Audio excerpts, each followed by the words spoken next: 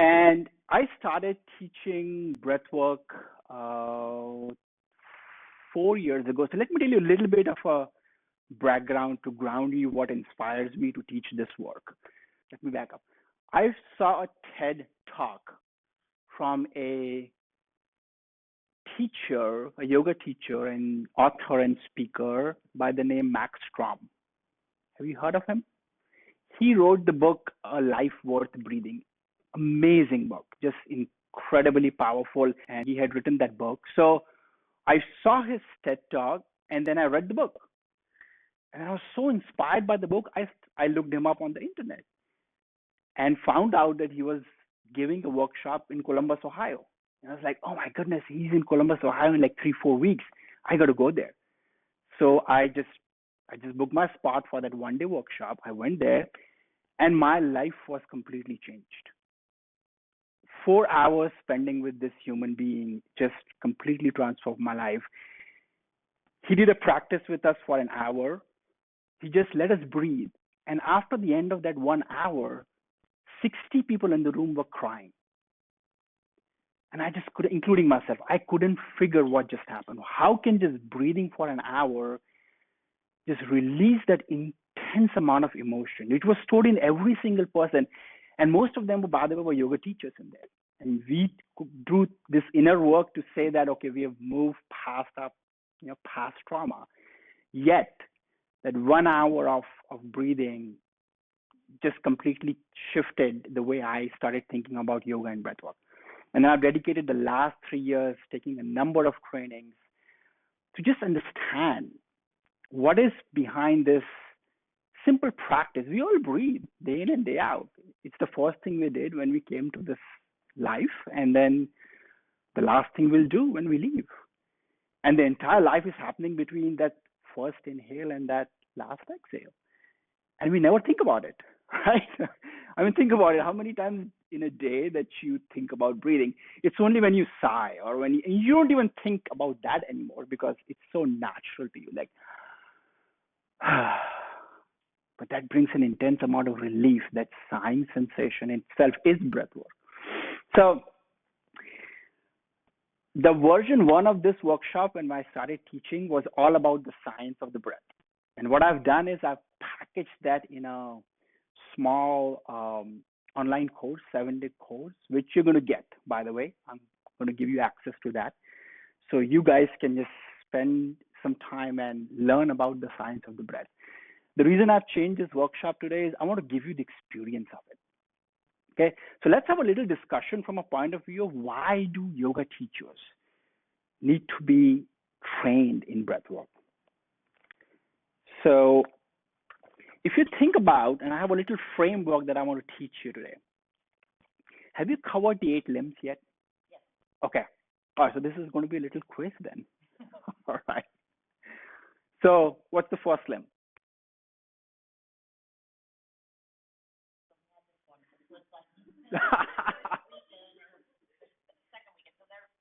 Okay. All right. Let's not quiz you then. Let's not put you on the spot. So the 8 limbs. So you have yama, niyama, right? The don'ts and the do's.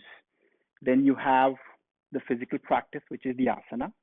Then comes pranayama, which is the breath control. Then there are 4 higher limbs, which are pratyahara, dharana, dhyana, and samadhi.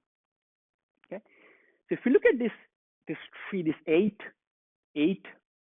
8-step ladder to the spiritual path or the path inwards, if I draw a line in the middle, so right after pranayama, if you look at the bottom 4, those are all related to like how do you conduct yourself. Those are about your values, your principles in your life. Then how do you treat your body? How do you handle your body? That's the asana. And then how do you work with your breath? That's the pranayama. So the first 4 practices are really the groundwork for us.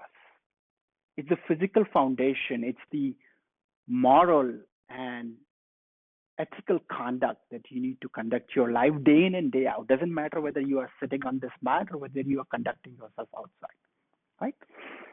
If you go beyond that, beyond pranayama, then what happens is you get into more meditative sort of practices. So you're going from this outside world to the inside world. And that partition happens right after you go from pranayama to pratyahara.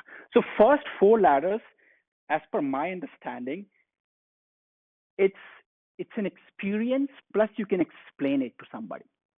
Okay, you can explain an asana practice to somebody. I can explain breathing techniques to you, and you can experience it. And then you can learn it and you can teach it to somebody. So the first 4 are the ones that you can explain, plus you can experience. But the next 4 are the ones that I can't explain samadhi to anybody. I can't explain what sense withdrawal means, what pratyahara means to anybody. It's for you to experience. Okay? And when breath is right, sitting it right at the edge of it, because it is what takes you from this world, or I should say from this world to this world.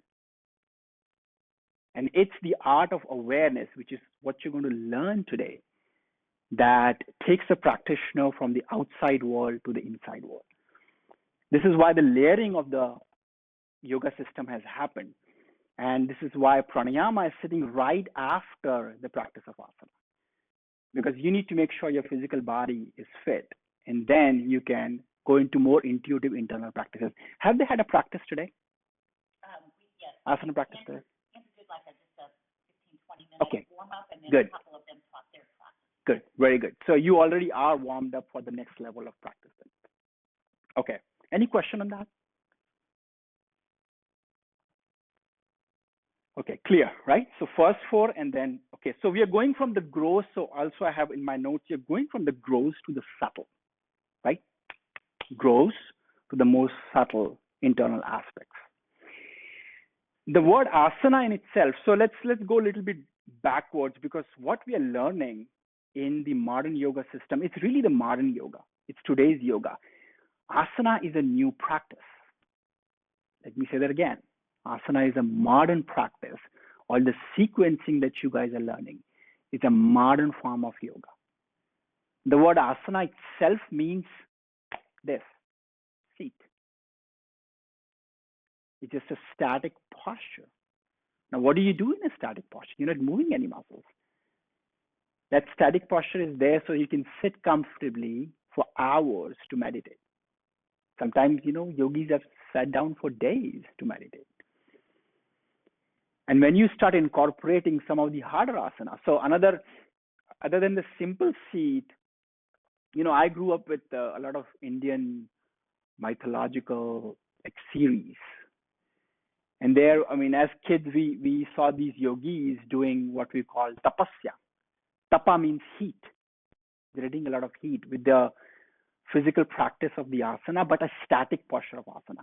And one of the most common ones as a child that I saw is a yogi standing in a tree posture and reciting mantras over and over and over and over again. And that's tapa, because this is a simple seat, but if you start incorporating a yogic posture that we do in our classes today, but let's say stand in a hold the warrior 1 for hours while you recite a mantra. Imagine the level of commitment and practice do you need to hold that. And that generates that internal heat.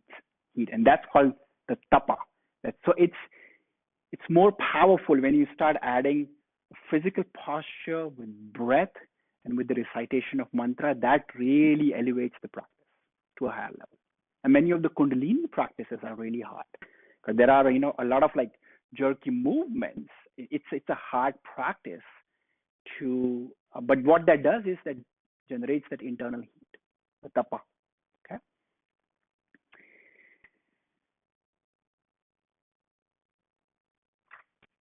And let's get to then. So that's one of the reasons why, as yoga teachers, you need to understand what is the power behind breathwork. Now let's look at a little bit into the physical, let's say the sciences. What does breath do? So let me give you the little bit of the physiology behind it first.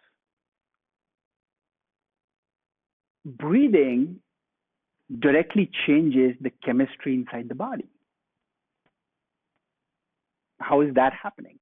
Because when you inhale, you bring in the atmospheric air, which has about 21% oxygen in it, and then mixture of other gases, nitrogen and carbon dioxide. When you're inhaling, what happens is your red blood cells through your lungs, through the system of, and we'll do a little bit on anatomy today. So let's just do it right now. So imagine a tree. The best way, and if you look at some of the renditions of the lungs, you many times see this upside down tree depicted as a lung. It's very good. Actually, it's very smart because nature and our lungs are not that very different. If you look at the entire trachea and the bronchial system and the two lungs, it looks like a tree. So the main trunk here, the windpipe, is like the stem, the main trunk of a tree. And then as it branches into the two system, the two lungs, imagine a tree branching into two, and then you have little branches coming out. And the best way I can explain what's at the end of those like canals and systems. Imagine a raspberry. So your entire lungs is full of these little raspberry-like structures. And those are like empty pockets. And when you're breathing, there are little tiny balloons that will blow up, that will just expand as you inhale. And then they will contract as you exhale. And right around those raspberry, imagine there are blood vessels surrounding the entire raspberry structure. And as you inhale, as the oxygen, as the air is entering into those little raspberry, expanding those raspberry, the oxygen deficient or the CO₂ rich blood will come. And what happens is the oxygen diffuses through the boundary, through the wall of that raspberry, and enters into your bloodstream. So your red blood cell, which is deficient in oxygen, will actually release the CO₂ into the what they call the alveoli, which is what I'm calling the raspberry. And the oxygen, then the red blood cell grab the oxygen. It's like a sponge. So the sponge is being squeezed, the CO₂ releases, and the sponge is ready for absorbing the oxygen. So sponge will then expand again, grab the oxygen, and the blood goes to the heart and circulates. So physiologically, that's changing the chemistry of your body. Because if your body is rich in CO₂, there's a lot of carbon dioxide in the body, your blood becomes acidic. Okay? And there is some literature which shows how increase in acidic level of blood relates to a number of diseases. Okay? When your blood is rich in oxygen, the blood is alkaline. And there's a lot of holistic health practices will ask you to eat foods that are alkaline, right? That will create that higher pH in the blood to make it more alkaline, which is more related to health. Now, there's not a robust scientific evidence, but I mean, Ayurvedic practitioners have known it, holistic health practitioners have known it. Okay, so it's a delicate balance. And what's changing the delicate balance from acidic to basic, acidic to alkaline, is the way that you breathe. And you're going to experience that today. What happens when you have oxygen-rich blood supply? What do you feel like? What does your body system feel like? And then immediately after that, what happens when you have a CO₂-rich blood? And how does the body feel like when you have that acidic versus alkaline? So that's just the basic chemistry of the body. Okay. Now I'm going to go one level deeper because there is a psychological aspect to it. A lot of trauma release happens during breathwork. And why is that? So let's do a little meditation, and just to prove this point that I'm going to make. So everybody sit comfortably, close your eyes.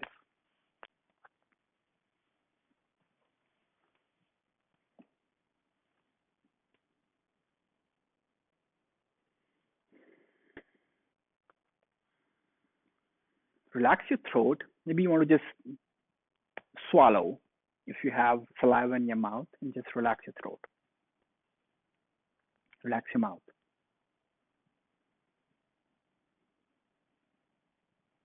Breathe in and out through your nose.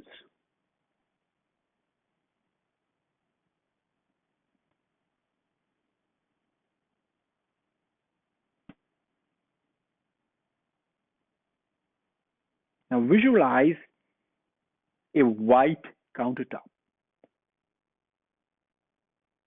a white space, purely white. It's like your kitchen countertop and it's totally white.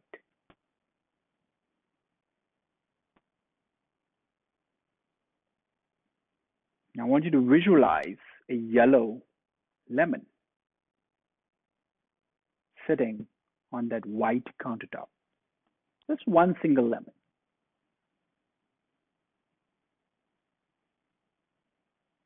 Look at the color of that lemon, just nice, big, yellow lemon.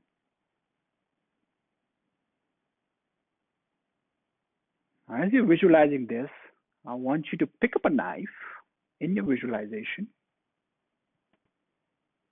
and go ahead and slice that lemon right at the middle. And you open the lemon into two, just look at the internal structure of that lemon.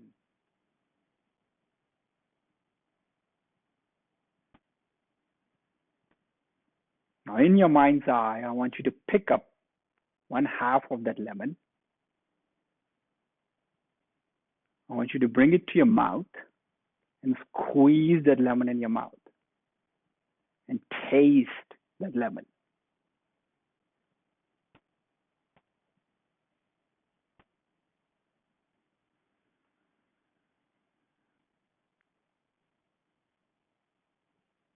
Now bring your awareness to your mouth immediately. How many of you have saliva or extra saliva being secreted in your mouth right now? Everybody open your eyes. So how many had that extra saliva in your mouth? All right, what just happened? You were not eating a lemon, right? Okay. So, eating a lemon, the first time that you ate it, it's a strong response in the body. Okay, this is really the psychological aspect of this entire modality of healing. I want to explain that to you, what just happened. So eating a lemon the first time as a kid, when you ate it, when you tasted it, there was a strong response, right? And it tasted, it just gets you. When you, even now, if you taste a lemon, it just gets you. But the first time, you don't recall it when you ate it first. But your body has registered what that sensation felt like. That eating of a lemon for the first time was an event in your life. Okay? That event had a strong response and an emotion attached to it. It's like a tight loop. An event happens. Eating a lemon was an event. You had a response to it, like, oh, what just happened? That was a response. And there was an emotion attached to it. Maybe you liked it. You closed your eyes, right? I mean, you did that for the first time when you ate a lemon. And you wanted another taste of it. That is registered in your subconscious mind. Now imagine this. This is what happens in trauma. People who have gone through a trauma in life, this is exactly what happens. Because they can relive the trauma by, seeing something on television, by somebody saying certain words, or anything that brings them back to reliving that moment in life. They don't have to experience the whole thing. It's just the memory of that event that creates that response again. So your body just relived it.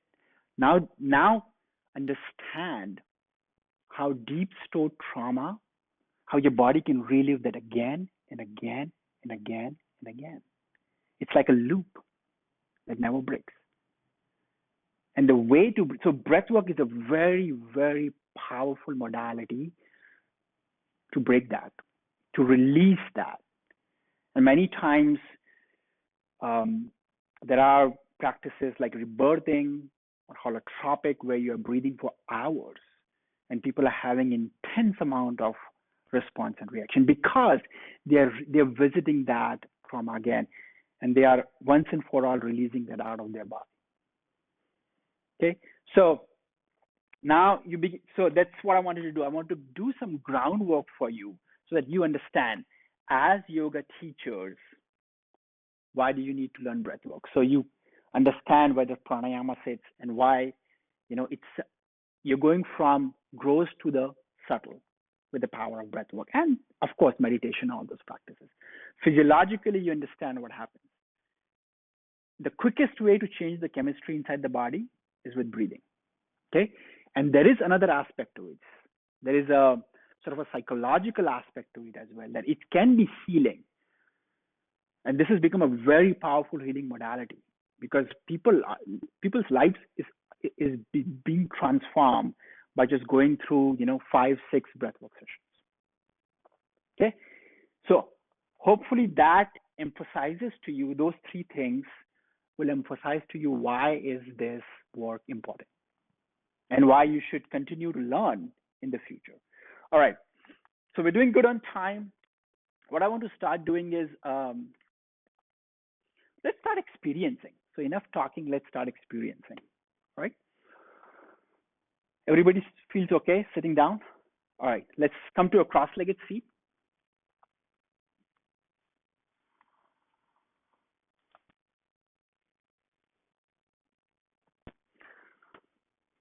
And I want you to just experience. Don't sit up like a yogi right now. No straight posture. Just like normally, unconsciously, how you'd sit on a computer desk, like that, right? And I want you to breathe. Focus on your breath right now. Breathe normally. Don't change anything. Just focus on your breath. Inhaling and exhaling through your nose. And just what I want you to notice is the quality of the breath. By quality, I mean how easily are you breathing right now? Focusing on the length of your inhalation and the length of your exhalation.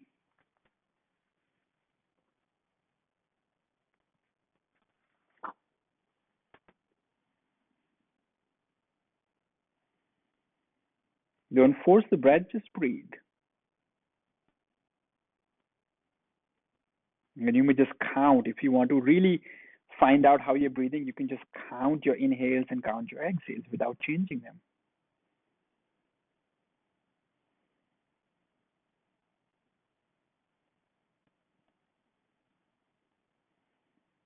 All right, now what I want you to do is sit up straight, roll your shoulders up towards your ears, and then drop them back.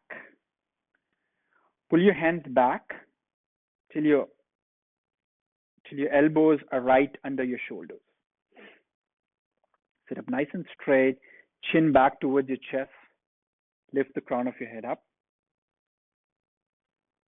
Sit in a relaxed posture. Don't tighten your body. Although you're sitting upright and straight, make sure the body is not tightened. And now I want you to breathe again. And now you notice the quality of the breath.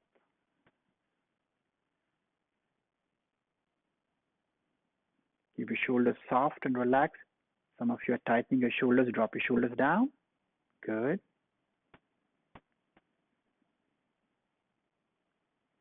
Just notice the length of the inhale, the length of the exhale. How easy are you breathing versus when you were in a slouch position? A very subtle change in the body posture. And it completely changes the way that you breathe.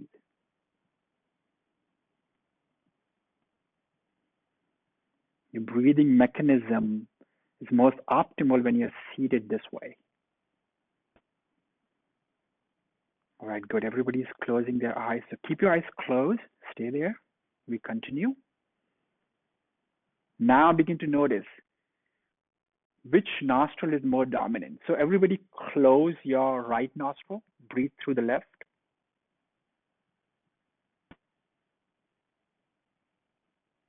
And then close your left nostril, breathe through the right. And what you're watching for is there one nostril that is more dominant?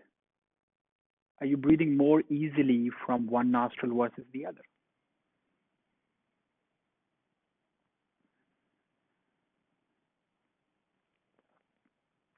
Those who have their right nostril more open, can you raise your right hand? Those who have your left nostril more open, can you raise your left hand? Right, so it's about 50-50. Stay present to that. Were you ever aware before this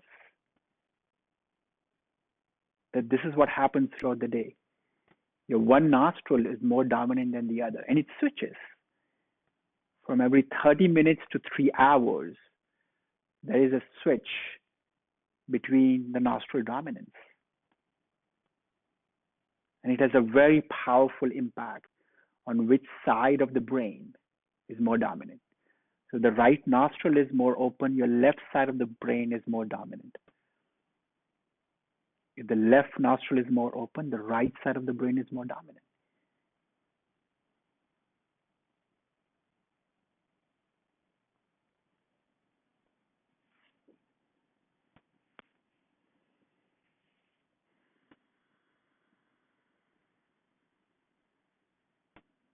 All right, keep your eyes closed. So what you're doing right now is you're becoming aware of your breath.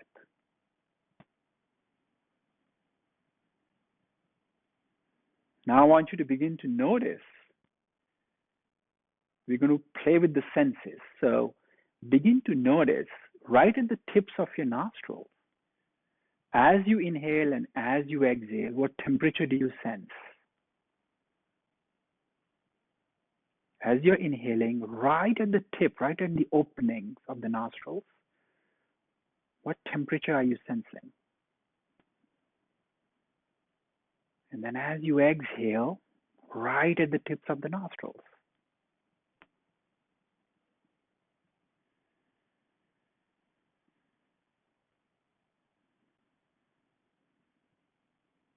You sense the play between the coolness and the warmness. So as you inhale, notice the coolness of the air at the tips of your nostril. And as you exhale, become aware of the warmness right at the tips of the nostrils.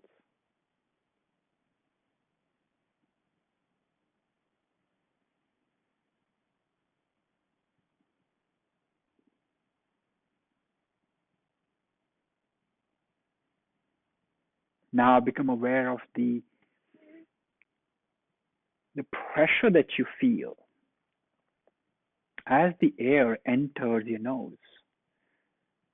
So notice as the air brushes through the inside of the nasal passage, begin to notice the force that's created by the air.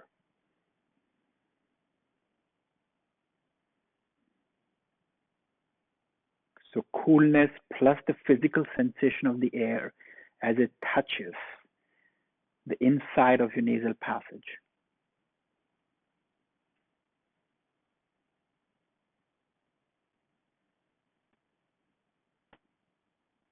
How deep can you experience the breath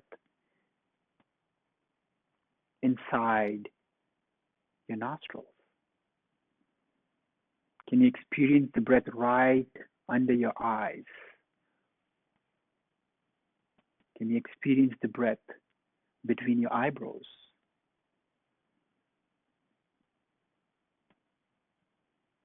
There's a deep passage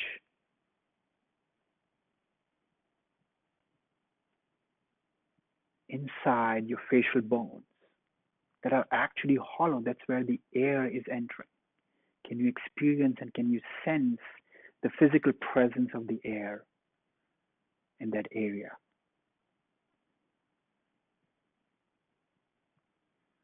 If your mind drifts, bring it back to the breath, back to the physical sensation.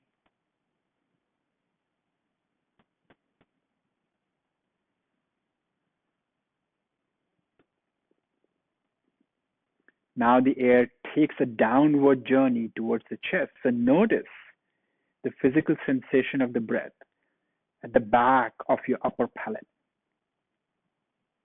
right behind the mouth.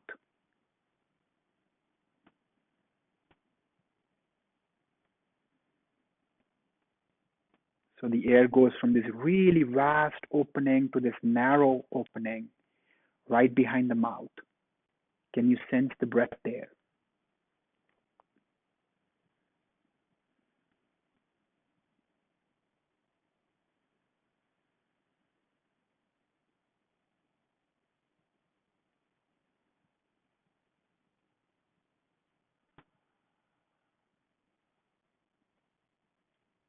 Can you sense the breath at the back of the throat?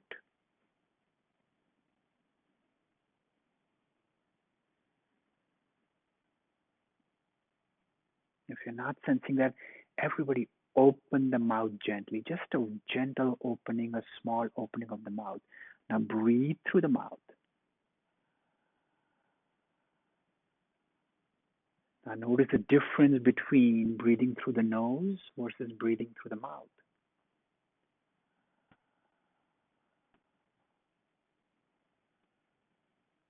Become aware of the air touching the upper palate and the tongue.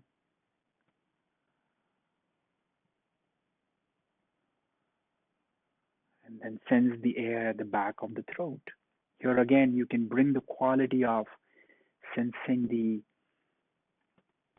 coolness and the warmness of the air as it goes in and comes out of the mouth.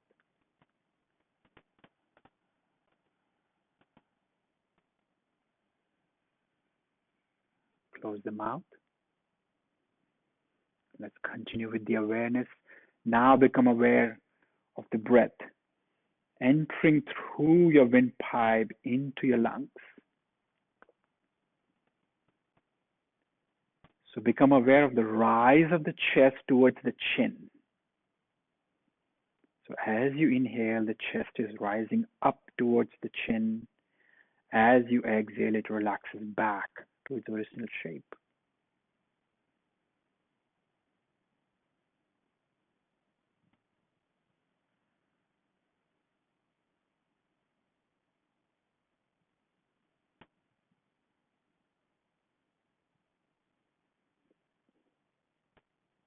Become aware of your rib cage moving side to side. So the expansion of your ribs outwards as you breathe in, and it comes back in as you breathe out.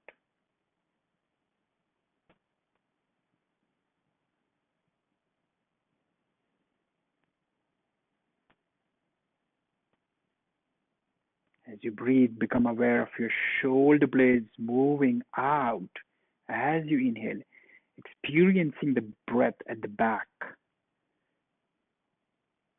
So your shoulders opening as you inhale and closing back. It's a very subtle movement.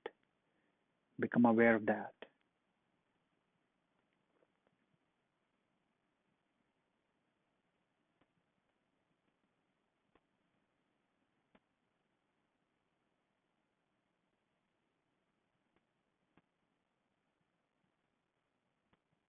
Move your awareness to your belly. As you inhale, notice the belly expanding like a balloon.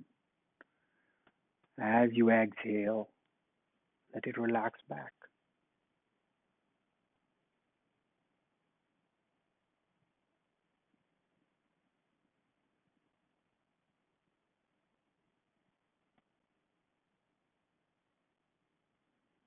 Become aware of the sideward movements of your mid back.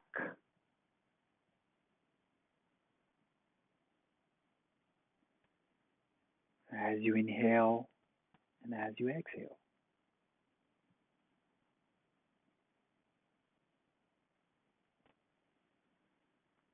From here on, the awareness is going to get really subtle. So now become aware of your pelvic floor. As you inhale, notice the descent that happens on the pelvic floor. And as you exhale, notice the relaxation.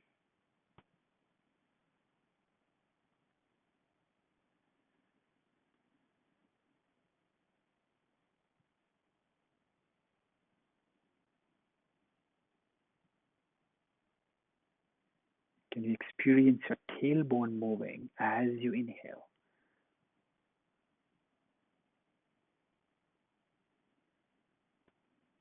There's a very small tilt up of the tailbone that happens when you inhale, and it relaxes back as you exhale.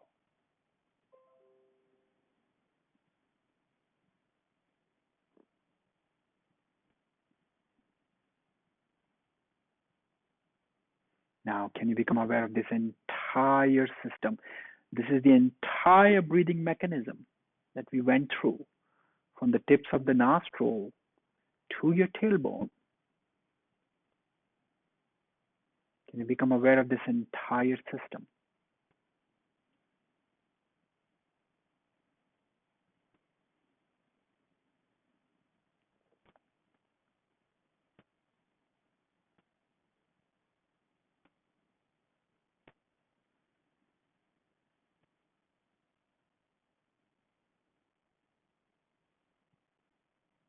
All right, gently begin to open your eyes.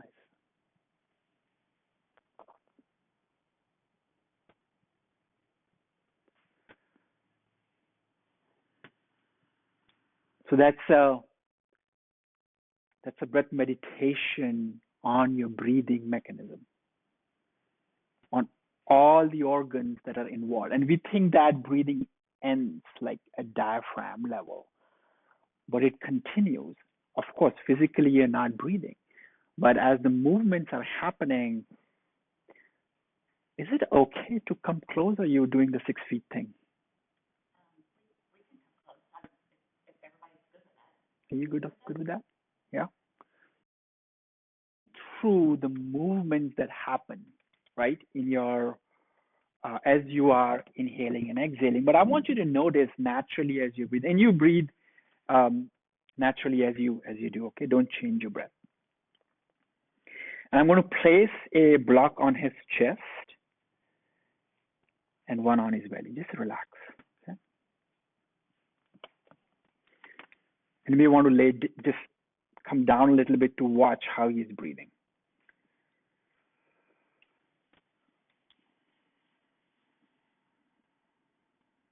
So of course the lungs are here, right? And watch which block moves more.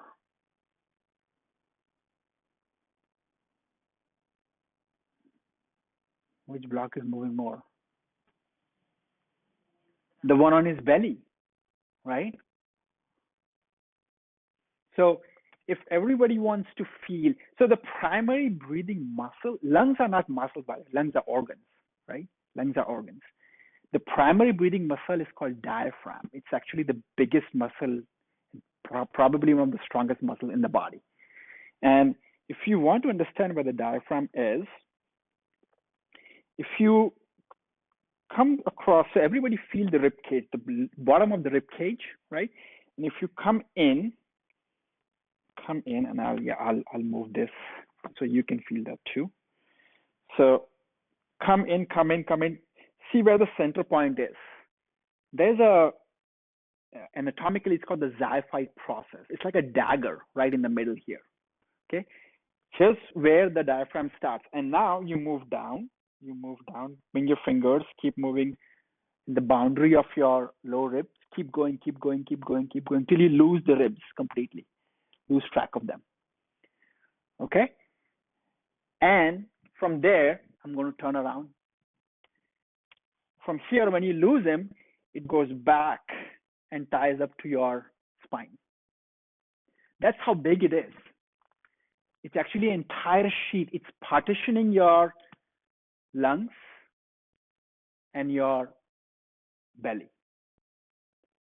So this is like an air balloon, okay, with one opening, which is at the top. This is a water balloon with two openings, right? One at the top, one at the bottom. And the two balloons are actually encased in a third balloon, which is your entire torso, right? So when you breathe, so you're inhaling, there's only air in it, right? There's no water. You don't want water in your lungs, right? That's bad. You want air in your lungs, right? So inhaling, exhaling, this. What happens when it's air balloon, you can inflate and deflate because there's one opening, right? If you have a water balloon, what happens when you squish it?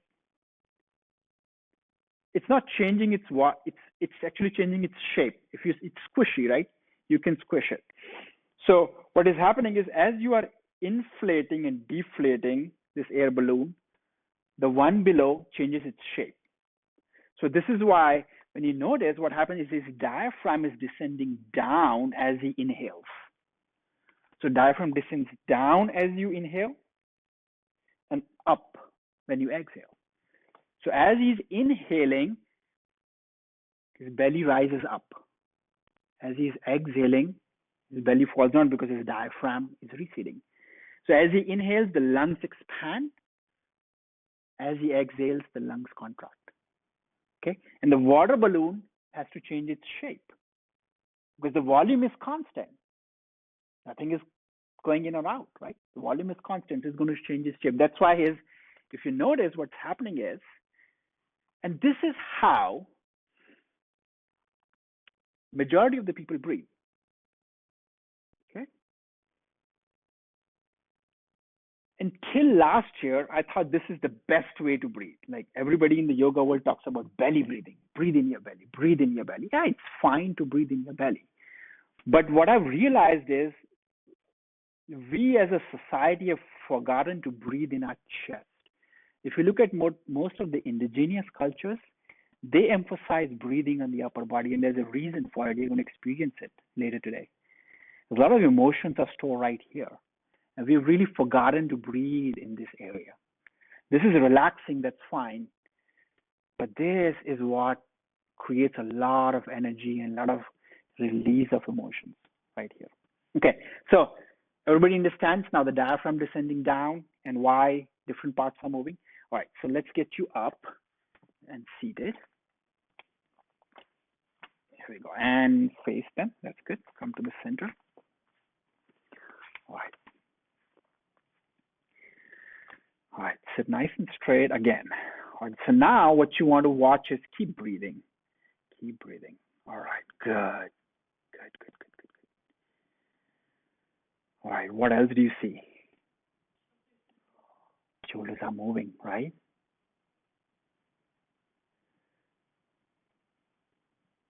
Okay, everybody sees that, right? His shoulders are moving. What you don't see is that, okay, turn towards me. Now watch his back now. Towards me. Now watch his back, what's happening to his back. And you may want to tighten your t-shirt just a little bit.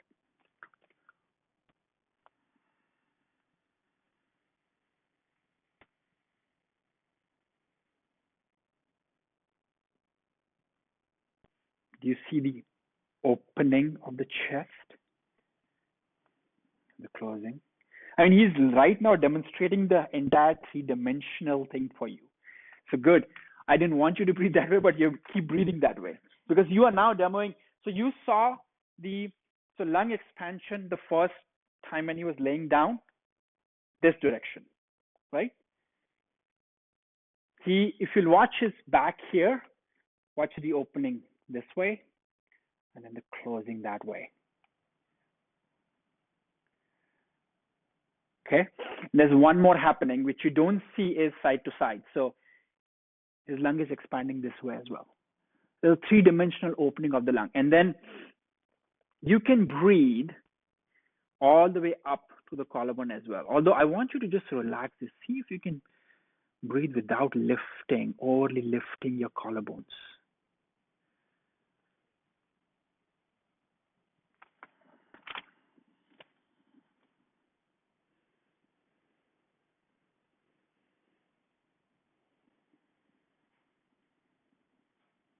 I mean, it is beautiful to watch. Just watching him breathe, it's just incredibly powerful to watch him breathe like that. How do you feel? breathing this way. It's pretty calm. Yeah. I feel proud of you actually to breathe that way. I guess I got good with it because sometime last year I had to get an MRI scan because I had a seizure, and I did that the entire time, and they were like, "You weren't nervous or anything?" I was like, "No, I just meditated and just breathe." But that's one more thing that you brought. So the one practice that we'll do in a little bit is you want to watch out for two things: people with major cardiovascular problems and people with a history of seizure. You don't want people to do the chest breathing. So for you, you don't want to overly breathe into the chest because that's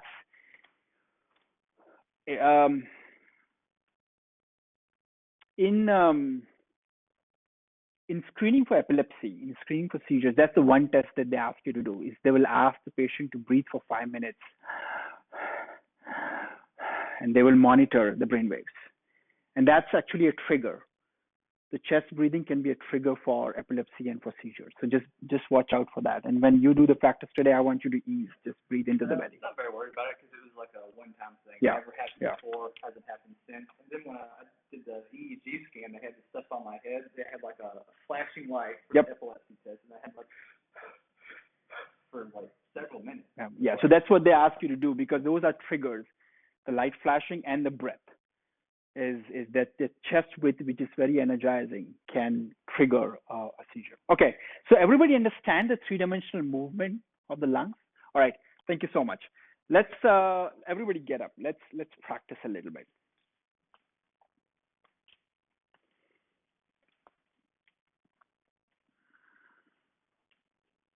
Let's move a little bit.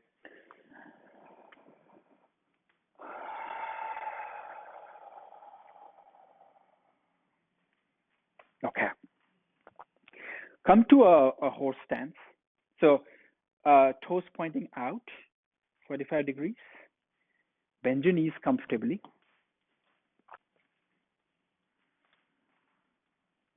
And we'll do that, right? We'll breathe, we'll expand the lungs completely, and you're going to experience how it feels like to breathe in a static posture. Bring your hands to the front, relax your shoulders, relax your elbows, palms facing each other. Let the fingers be curled. Relax the fingers. And this is what you're going to do. Relax the elbows, no straight elbows. Relax the elbows. That's it. Here, when you inhale, you move your arms away. Inhale. When you exhale, you bring your arms together. Inhaling in through the nose, out through the nose. Breathe in. Breathe out. So you're coordinating the movement with the breath. The slower you breathe, the slower your arms are going to move. The faster you breathe, the faster your arms are going to move.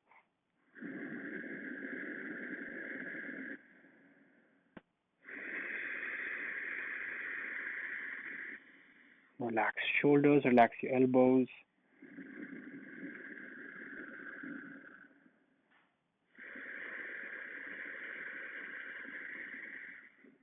Inhaling out, move your arms out. Breathe fully. Exhale, bring your arms together. A few more times. Breathe.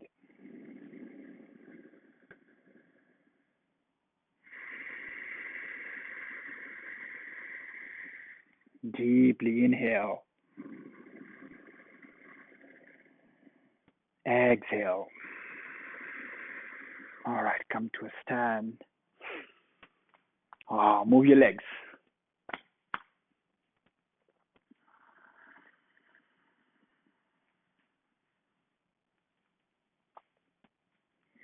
This time, again, horse stance. I know it's difficult. Stay there. Just be focused. It's like a meditation. It's like a moving meditation. Stay present. Keep your arms loose. Keep your body loose.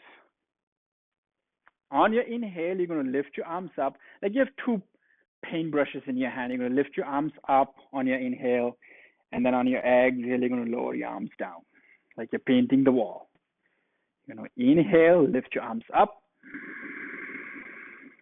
Exhale. And either way, you can breathe through the nose or through the mouth.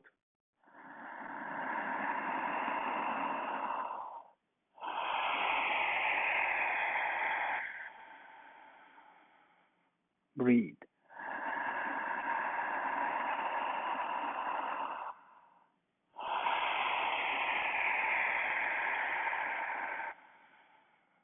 All right, inhale. Exhale, relax your hands, relax your arms, your elbows. All right, come to a stand.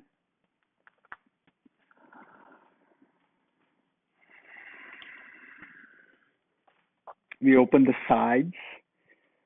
So inhale, you lift up. Exhale, you bend.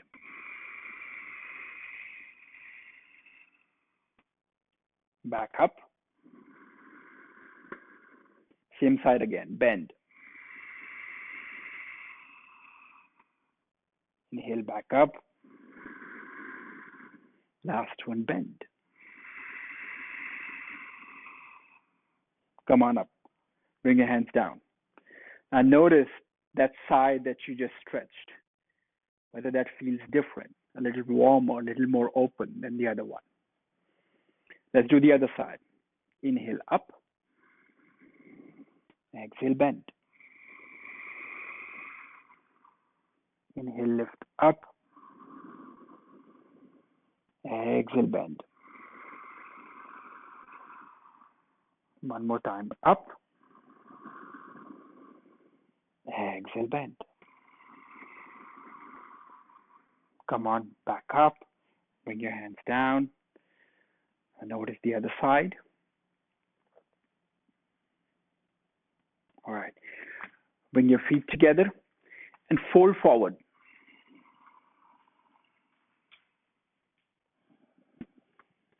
Fold forward, bend your knees, relax your knees, bend them. Let your belly rest on your thighs. And I want you to focus on breathing between your shoulder blades.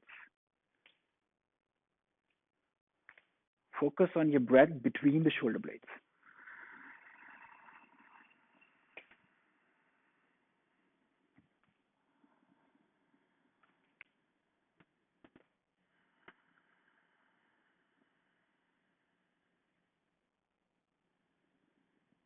Inhaling, exhaling.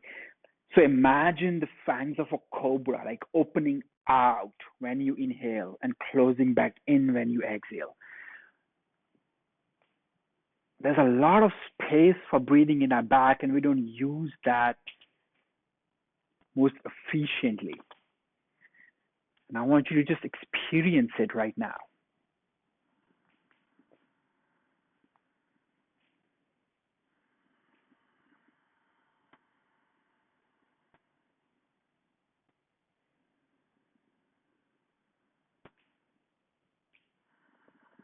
Let your head hang loose, relax. Pay attention to the breath between the shoulder blades.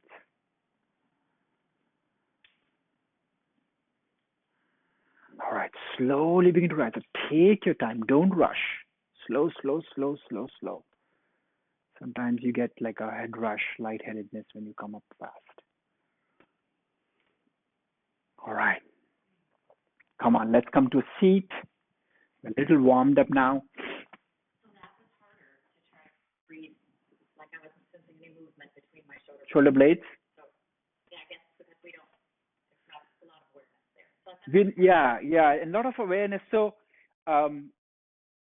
there are these postures they can use, like forward fold posture is a good one to bring the awareness, because that's where you're relaxing and you're opening the shoulder blades, right? So there's space that is already created. And secondly, what happens is in these postures, like you're constraining the belly. So your belly is not moving out. And if you want to breathe to the same capacity, the air has to go somewhere. And where is it going to go? Where the muscles are relaxed. So it's going to go on the back. So play, as yoga teachers, you can play a little bit. These are very subtle posture, like all the bend exercises that we did, those work really well on seated posture. I just want you to get up because you are, getting a little restless. So, but if you do the same exercises by sitting, these are very efficient. If you go there, bend one side, and then experience the stretch and the breath as you inhale and exhale on the other side of the body. Really nice, because, and then you have, bring your students to the, see, this is what I think more gentle practices can bring, is the art of awareness.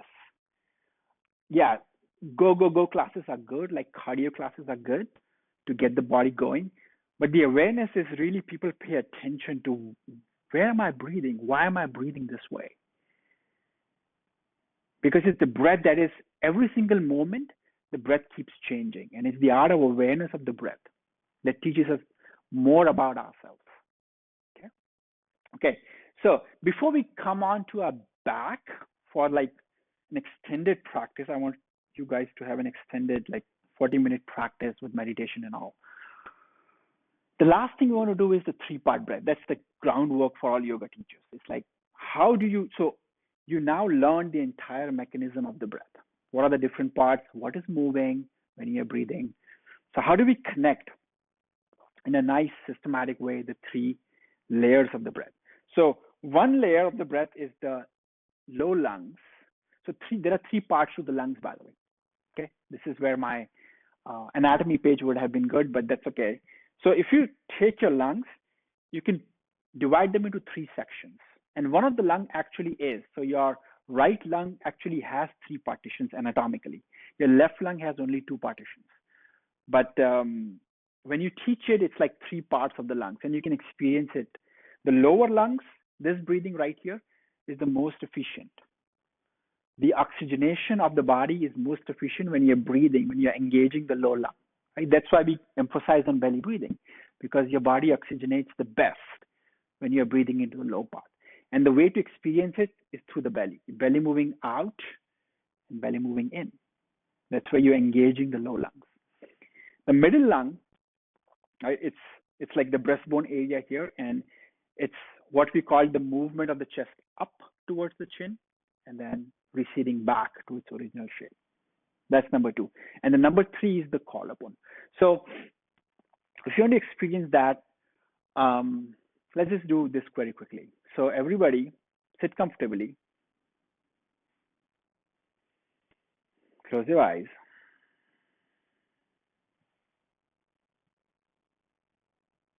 I want you to notice we're going to play with how much breath can we fill in with.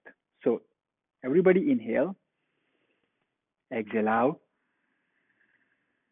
Now breathe in, pause, inhale more, and exhale. All right, one more time. Breathe in, pause, inhale more, exhale out. All right, watch what happens to your shoulders when we do this one last time. Inhale, pause, inhale more, exhale out. All right, what just happened? Open your eyes. Notice the difference? What happened to the shoulders? They rose, right? Yes, thank you. I saw for everybody actually, when you pause the breath and you breathe in more, see, when you fill more, 2 things happen. Your chest is going to rise up because your low lungs are full. Your low lungs, you have filled the low lungs. You created more space in the upper chest, and then you fill the collarbone. So lungs are coming all the way up to the collarbone. So that little extra amount of air that you need is right up here in the collarbone. Not very efficient, but when you want to breathe, like athletes, deep sea divers, when they want to breathe, that's what they use. They use the entire lung capacity, including the breath in the collarbone and the back. Now let's experience what happens when you exhale. So same thing, close your eyes. Everybody exhale out. Now inhale and exhale. This time pause after the exhale and exhale more. Inhale. Exhale out. Pause. Exhale more. One last time. Inhale. Exhale out. Pause. Exhale some more. All right, open your eyes. Were you able to exhale more? And what happened when you exhale more? Belly squeezes in, right? So every time you understand also this, we talk about inhalation and exhalation as if our lungs are totally getting emptied out every time you exhale. That's not happening. There's still the same air can get trapped and circulated. So this is why full inhalations, full exhalations are important, because you want to drive that breath, the stale breath that's circulating inside many times, not even notice. And this is the way that you get it out. That's why a lot of our advanced yoga practices talk about, squeeze, like Kriyas talk about. You've seen those pictures of people squeezing their belly in, like so much so that you can't even see any organs. It's like, oh my God, where are his or her organs? That's called a Kriya practice. It's a deep cleansing practice. And one of the reasons for that is like it really empties the breath out. So you're completely emptying that out, completely filling in. Okay, we don't have to do that extreme. So let's just do the three parts. So here's what the three parts are. You're going to place one hand on the belly, one hand on the chest. And we'll start off slow. And then as we go on our back, we'll pick up the pace here. But I want you to notice the first begin to fill the belly. So as you inhale, let's just focus on the belly breath right now.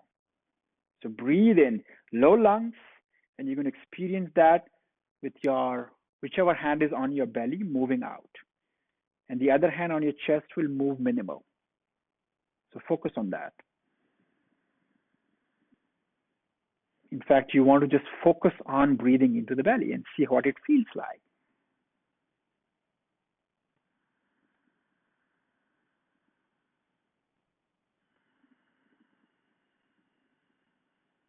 So as your belly expands, that hand on the belly moves out.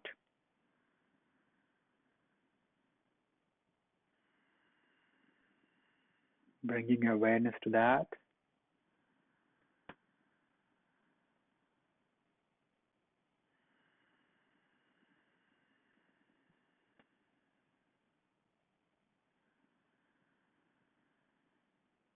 So this is your classical belly breathing.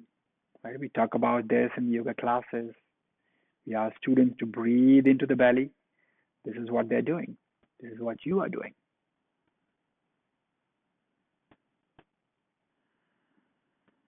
Now keep breathing that way, but somewhere maybe 50% or 60% after you fill, switch the focus to your chest. So fill about 60% into your belly and maybe 30-40% into your chest. It's like a smooth wave, a transition that happens from the belly to the chest. So this time the hand resting on the belly moves, and then right after that the hand resting on the chest also moves out. Noticing the rise of the chest. Right after the belly rises, then your chest rise begins.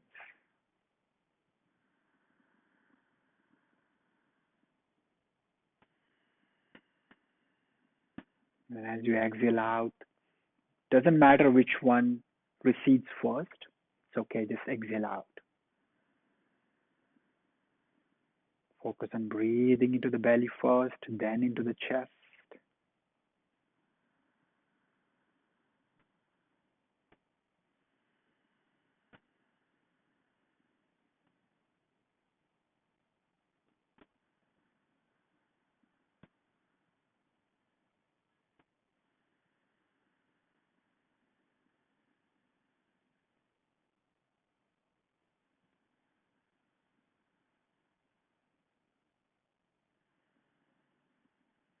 Still the hand resting on the belly is moving more than the hand resting on the chest. But make sure both are moving. And we'll add the final part to it. So maybe 60% of your breath is in the belly, 30% is in your middle lung. And now focus that last 10%. See if you can focus on the collarbones without overly lifting the collarbones up. Keep your shoulders relaxed, but see if you can fill all the way up to the top. So belly, chest, collarbone. That is the sequence.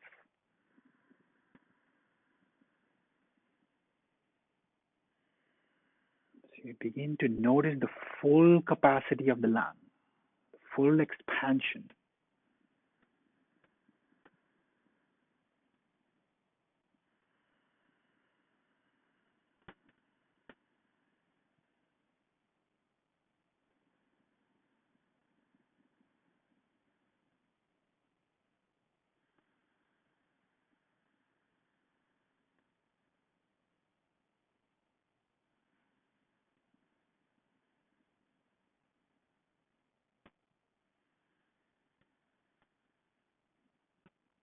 So bring an activeness to your inhalation, like you're working, and bring a relaxation to your exhalations.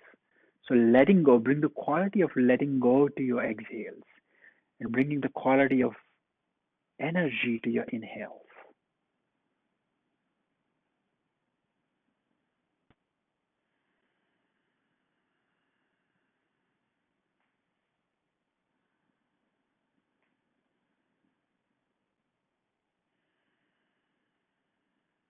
Can you breathe a little faster, just a little bit?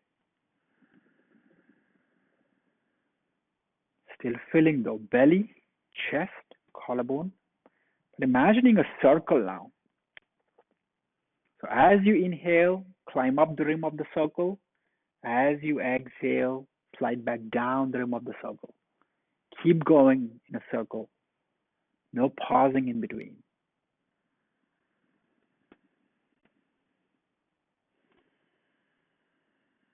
As you exhale, just let go. Relax the breath. Don't control it. You're controlling the inhale. You're not controlling the exhale. It's a natural response of the body as you exhale. The body knows how to exhale.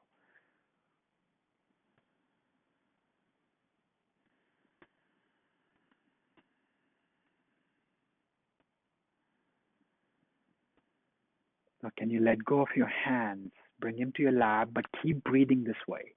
Can you continue to breathe this way?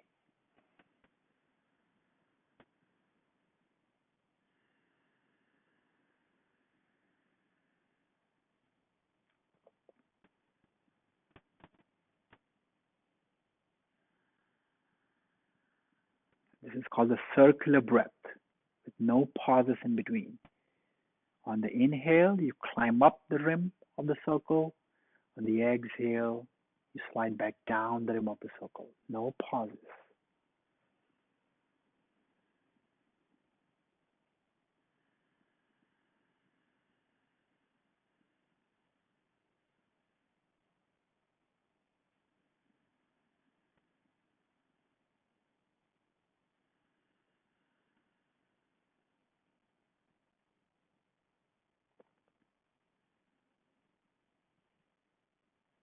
All right, gently begin to open your eyes. So you experience the three parts, the three layers to the breath. Now we'll play with the pace of that. Okay? It's called the conscious connected breathing, circular breathing or conscious connected breathing. But you experience what it feels like to fill in fully. And I'm going to guide you for the next, now 40 minutes to different parts of the breathing. So I'll ask you to breathe more in the chest or in the belly, and we'll just play with that. And you experience what happens as you're breathing that way. So everybody get a blanket. You're going to come onto your back. Do you want to take a break, Chris, or is it okay to continue? What's everybody think? Anybody need a break? Yeah. Okay, let's take a 2-3 minutes break then.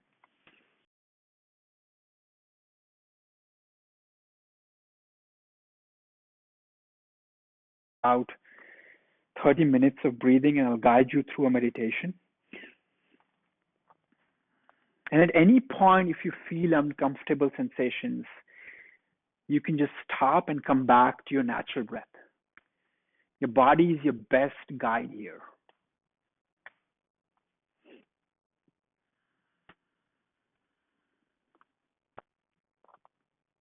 Then are you going to practice come to your back? Come onto your back. Yes. Cover yourselves. That's good. Everybody bring your hands to your sides, palms facing up.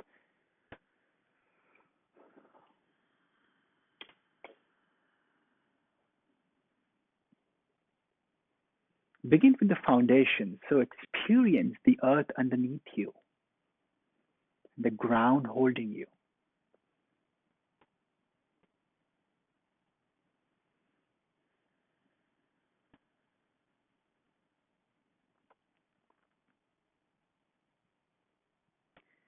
And bring your focus to your breath. So we did the full awareness meditation on the breathing mechanism. I want you to just do a round of that.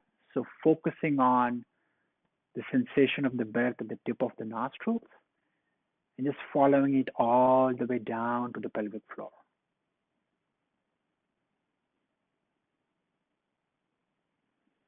And then follow the journey back out through your nostrils. Do that for a couple of rounds. Sensing the temperature, the pressure of the air as it moves in and out of the body.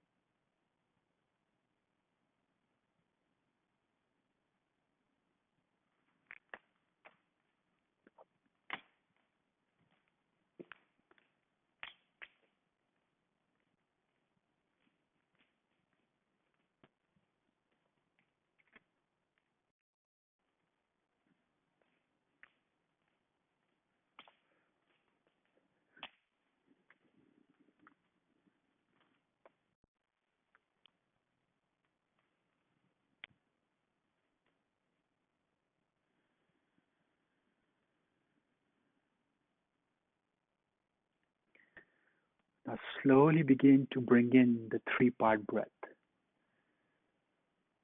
So breathing into the belly, into the chest, into your collarbone. Take it easy as you start with the practice. Few rounds just to get into the rhythm. The key here is you're not pausing the breath at any point. You continue to breathe.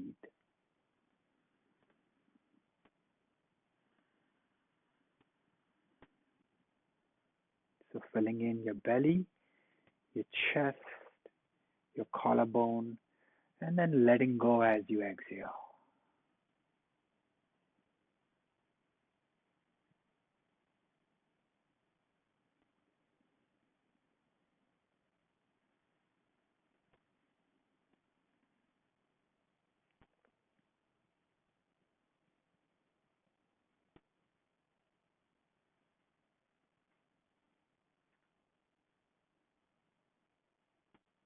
And with every round of inhale and exhale, you breathe just a little bit more. You begin to free the breathing mechanism. You begin to liberate it.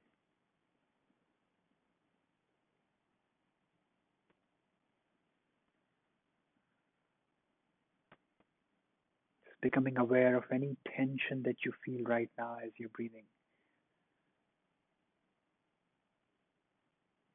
And walk through that.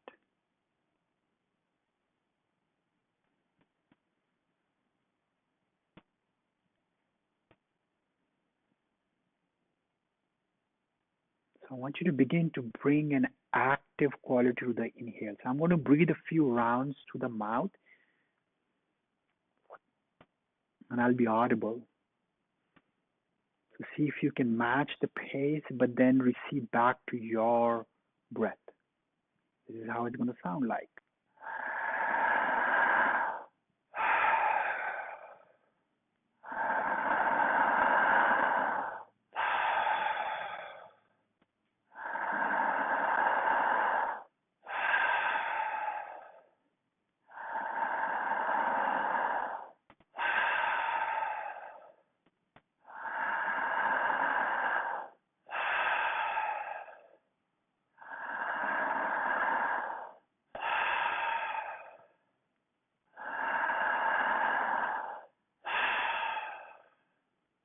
going.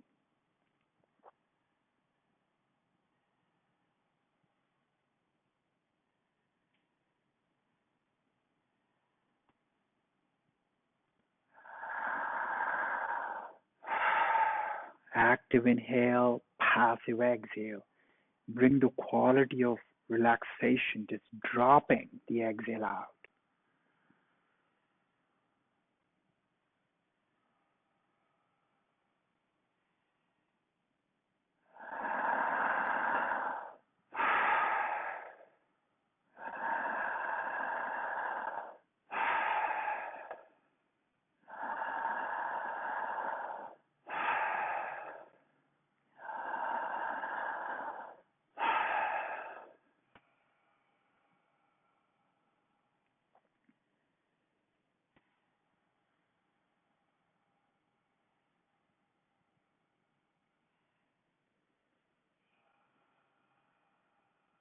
If you're beginning to feel a little lightheaded, it's okay.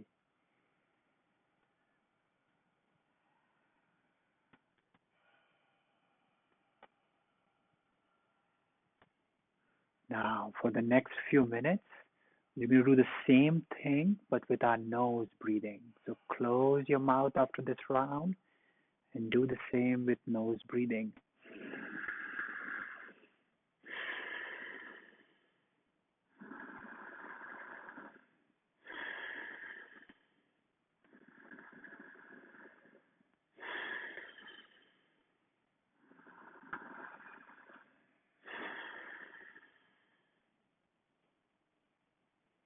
Bringing that active inhalation, filling in fully, and just dropping that breath, letting go.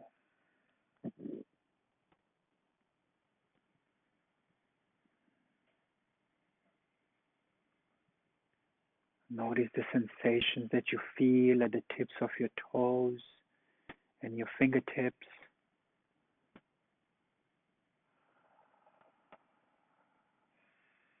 You're doing great. Keep breathing.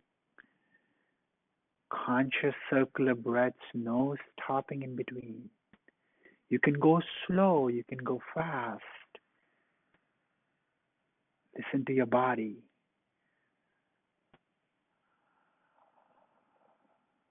But don't stop breathing.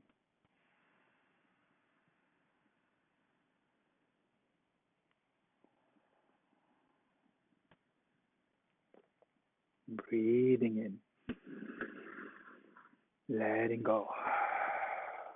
Inhaling actively. Exhaling passively. Breathe. Beautiful. Keep going. You guys are doing great.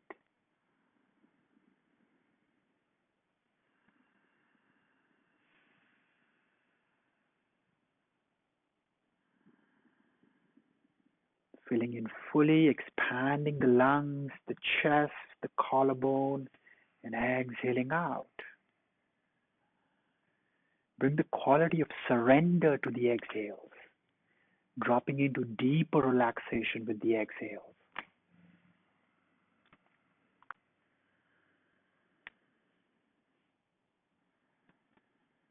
Keep going.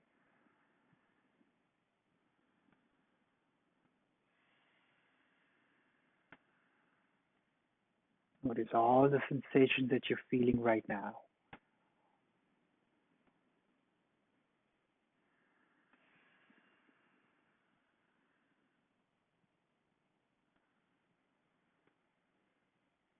What you're doing right now is oxygenating the blood. So you're making the blood more alkaline.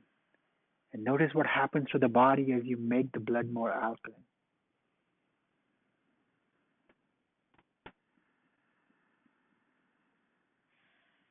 Listen to the body, listen to the breath. At no point you're forcing it, you're just naturally breathing in, just filling a little more. And then as you exhale, you relax.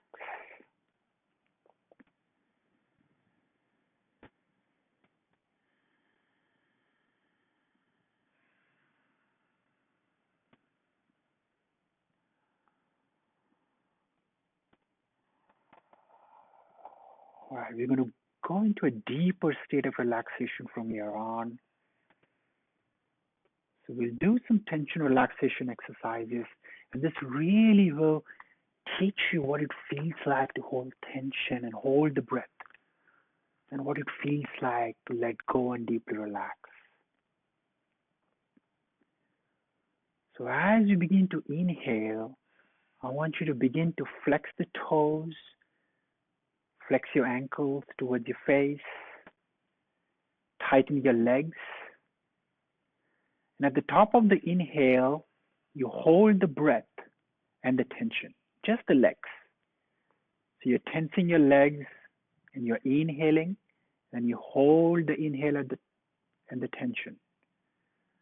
And when you're ready to let go, you to drop the breath and you drop the tension. You just let go. That's it. Beautiful. And you'll get it in a few rounds. You'll get into the rhythm of it. So relax. No second round. Keep breathing. Keep breathing. Yes. In between these rounds, we'll take several rounds of cleansing breaths in and out through the nose. So don't do a second round yet. Just breathe.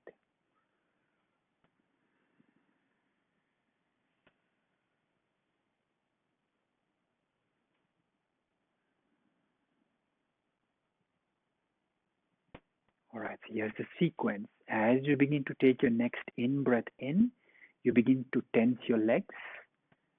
So breathe in fully, tense your legs completely, hold the breath.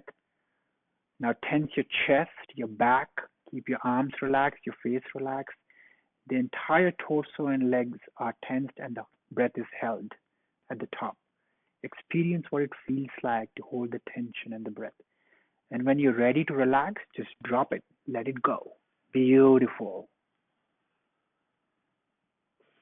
And breathe in and out, relax completely. Breathing into your heart center and out of your heart center.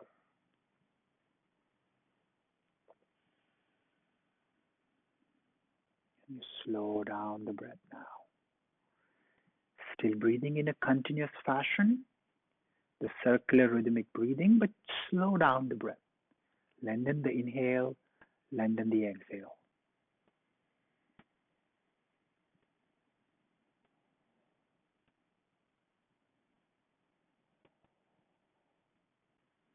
All right, let's do one more round.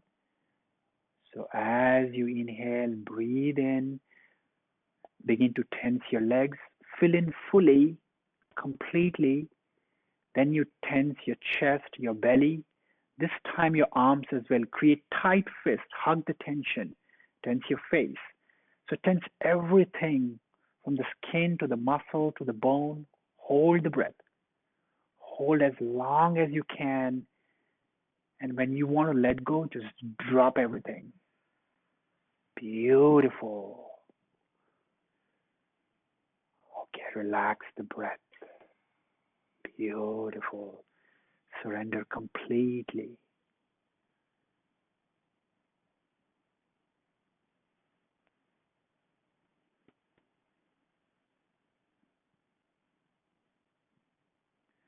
And let your body breathe. Your body knows how to breathe from here on. Don't control anything. Let it breathe.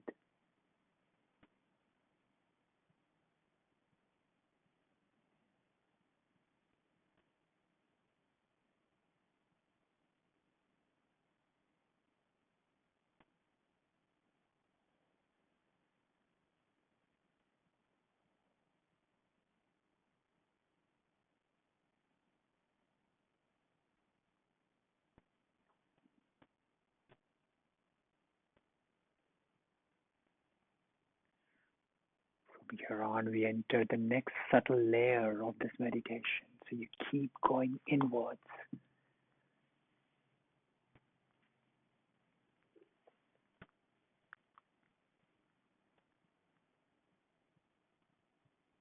So I want you to bring your awareness to the tips of your toes.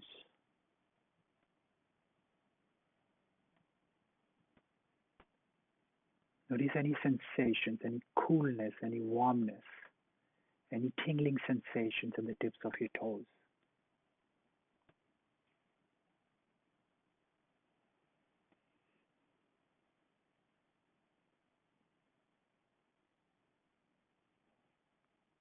Bring your awareness to the soles of your feet.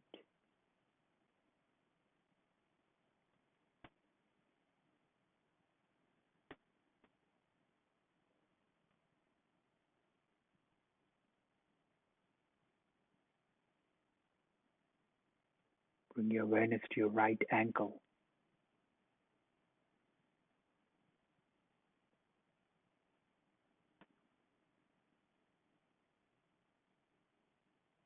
Bring your awareness to the left ankle.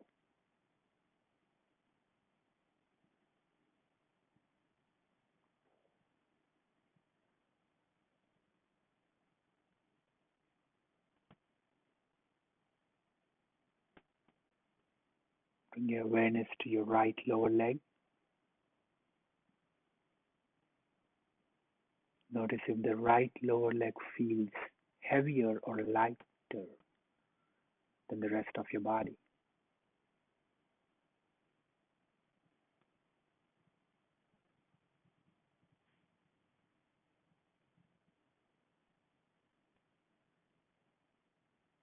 Bring your awareness to your left lower leg.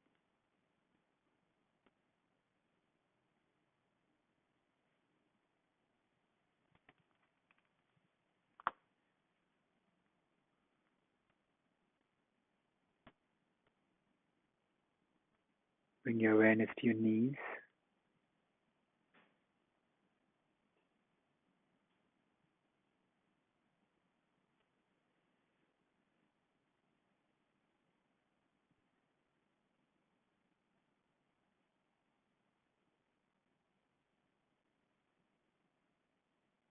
Bring your awareness to your right upper leg.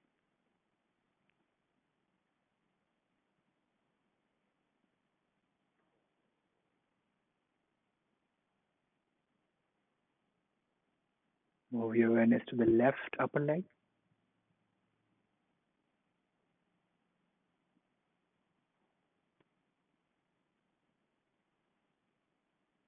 Bring your awareness to both legs and notice if they feel heavier or lighter than the rest of your body.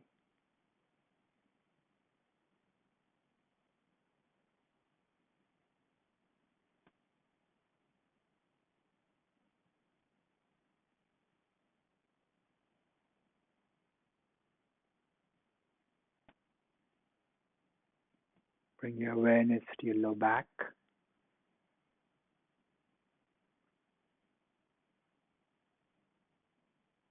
To your pelvic floor.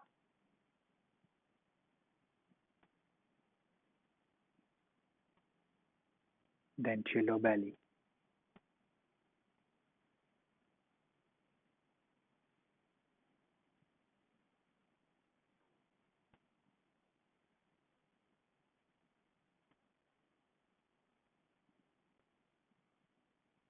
Bring your awareness to your mid back.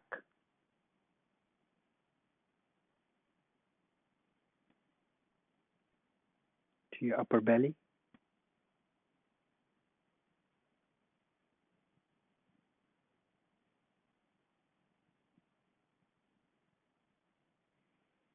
Next, bring your awareness to your chest.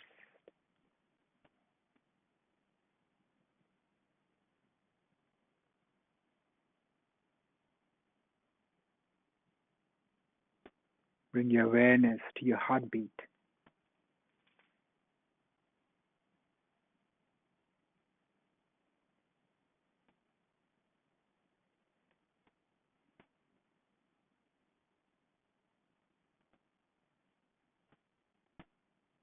Bring your awareness to your upper back.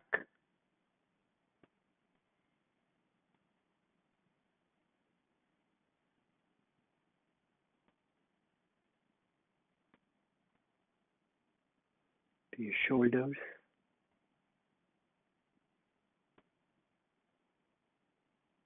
Noticing any tightness in your shoulders.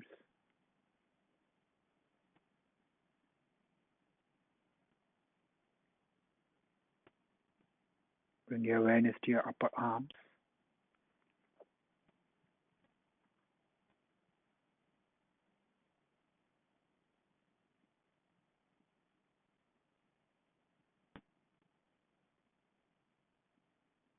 To your elbows.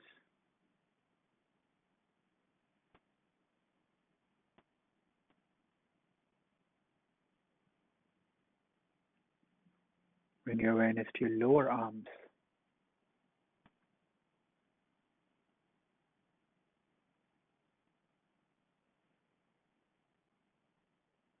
Bring your awareness to your right palm.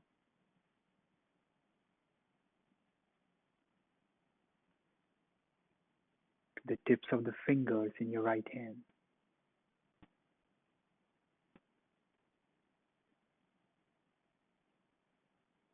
Bring your awareness to your left palm.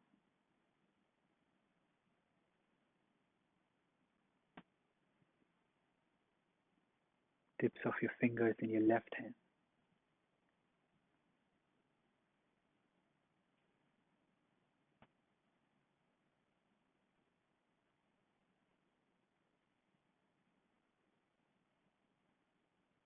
Bring your awareness to your neck, to your throat,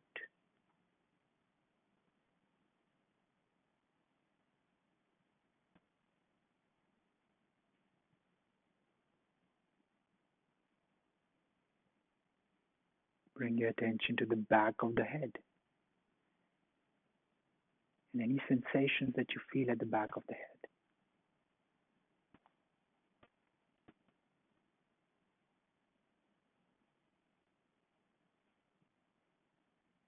Bring your awareness to your face,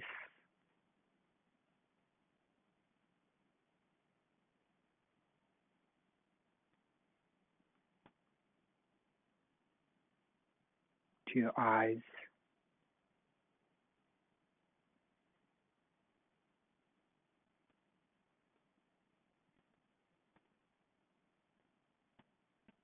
bring your awareness to your forehead,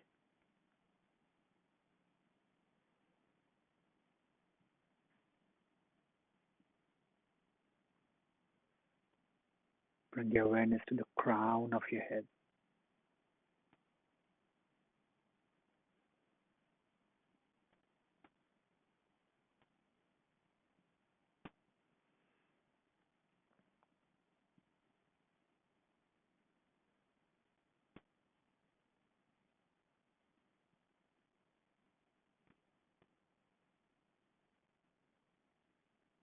Bring your awareness to the entire body.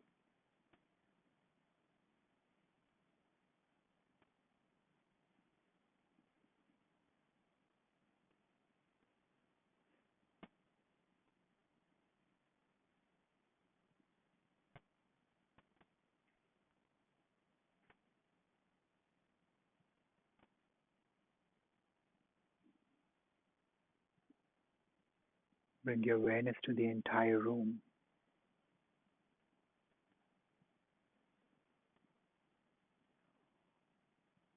Can you sense with your eyes closed the space around you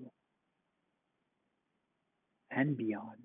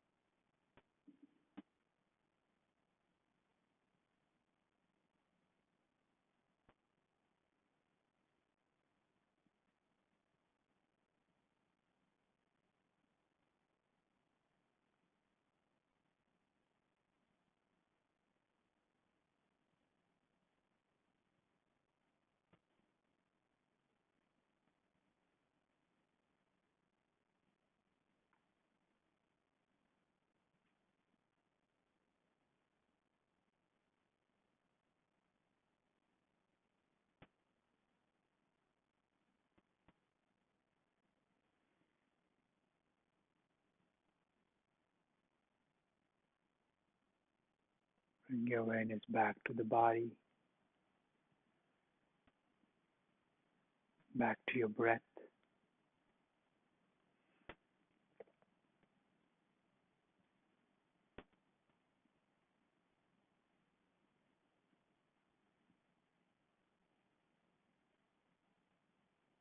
Begin to make small movements with your hands and your feet, gently waking yourself up.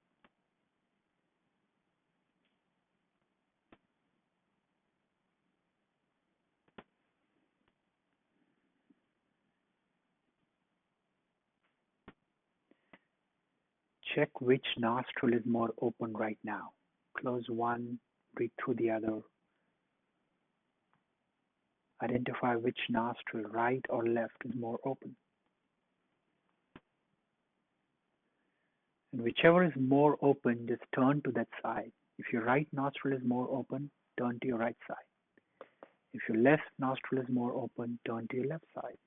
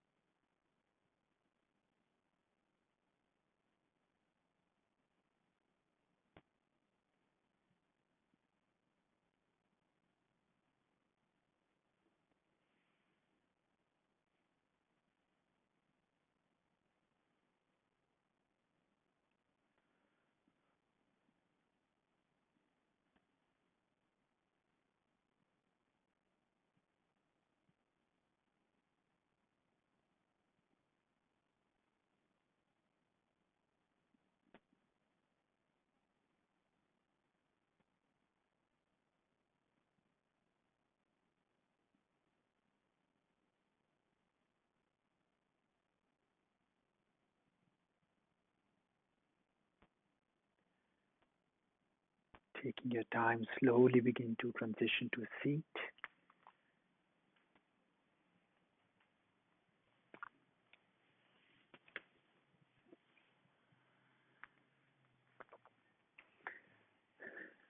And as soon as you come up, keeping your eyes closed, just check the nostrils again.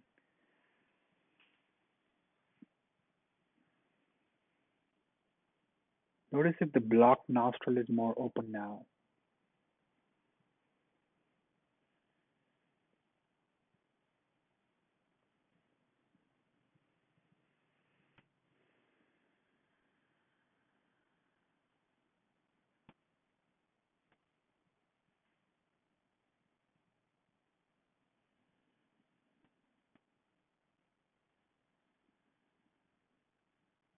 Bringing your awareness to the breath again.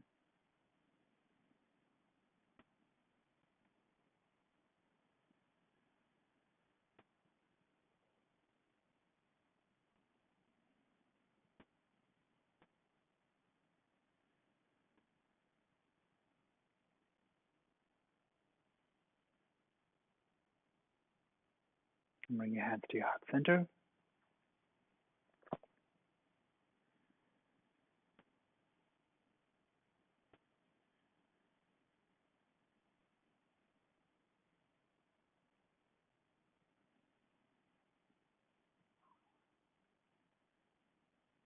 Namaste.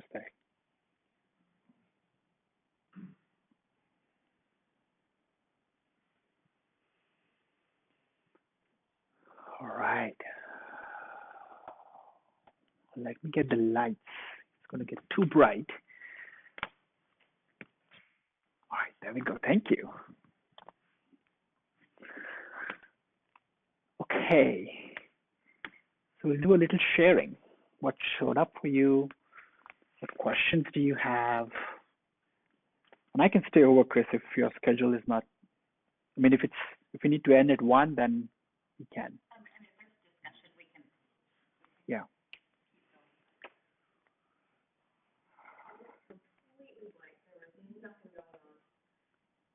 There's nothing going on? That's good too. I noticed myself almost falling asleep and then you say, hey, So it's almost like this is just like Yog Nidra. You go in and out of the meditation, but the breath and awareness brings you back. But the whole objective at the end is that you go deeper into that state. Usually what we do in Yog Nidra is we don't integrate breath work. And what my experience has been that it just makes the practice more profound, more accessible, I'd say, because you breathe fully, you expand the breathing mechanism. And the whole idea is to go in, right? So to just have nothing going on is the best thing ever that you can ask for. Right? That's the whole idea of just going into an inward journey and just being present to yourself.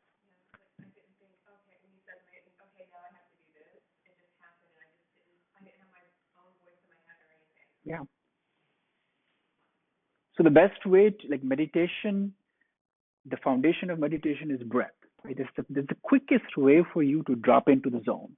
It's just, and if you think about it, right, I think, like, even we look at the best athletes, a pitcher about to pitch in the World Series, what he'll do is look away. A sniper taking a shot, that's what they do. Like, every critical thing, just people to drop into focus, that's what they do. They use the breath. So.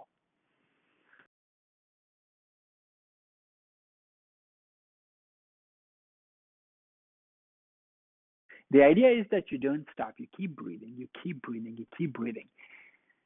And at one point, so from a physiological point of view, it's just really ironic that you're completely oxygenating the blood. When you breathe this way, you completely oxygenate the blood, but your tissues are starving of oxygen. Ouch! I mean, that's the biggest irony, that your blood is completely saturated with oxygen, but it's not the oxygen that matters in the blood. It's the carbon dioxide. It's the level of CO₂ in your blood that determines how oxygenated your body gets. There has to be a balance.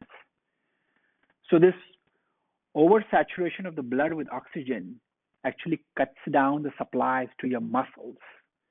And there's a lot of chemistry that's happening, and that's why you get the tingly. Many people have like a whole body shaking response.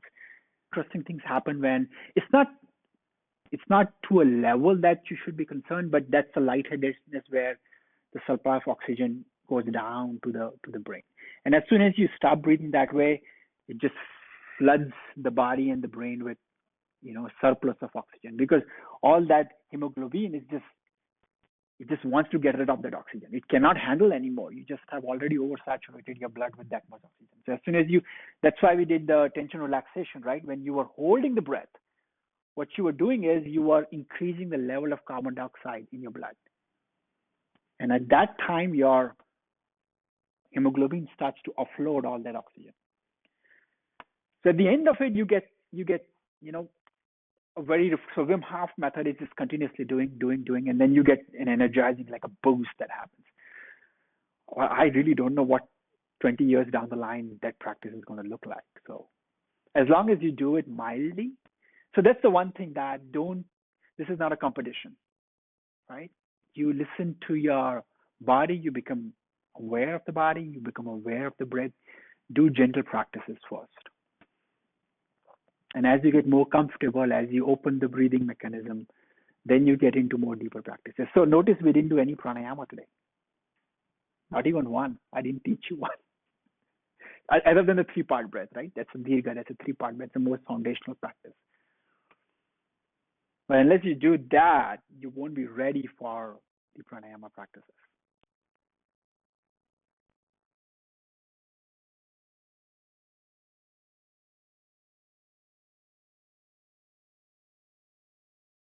one of the best. Like everybody's talking about it. It's so detailed. It covers Wim Hof, it covers rebirthing, it covers pranayama, it covers all the different spectrum of breathing. So I will highly recommend that book to you if you want to read blog.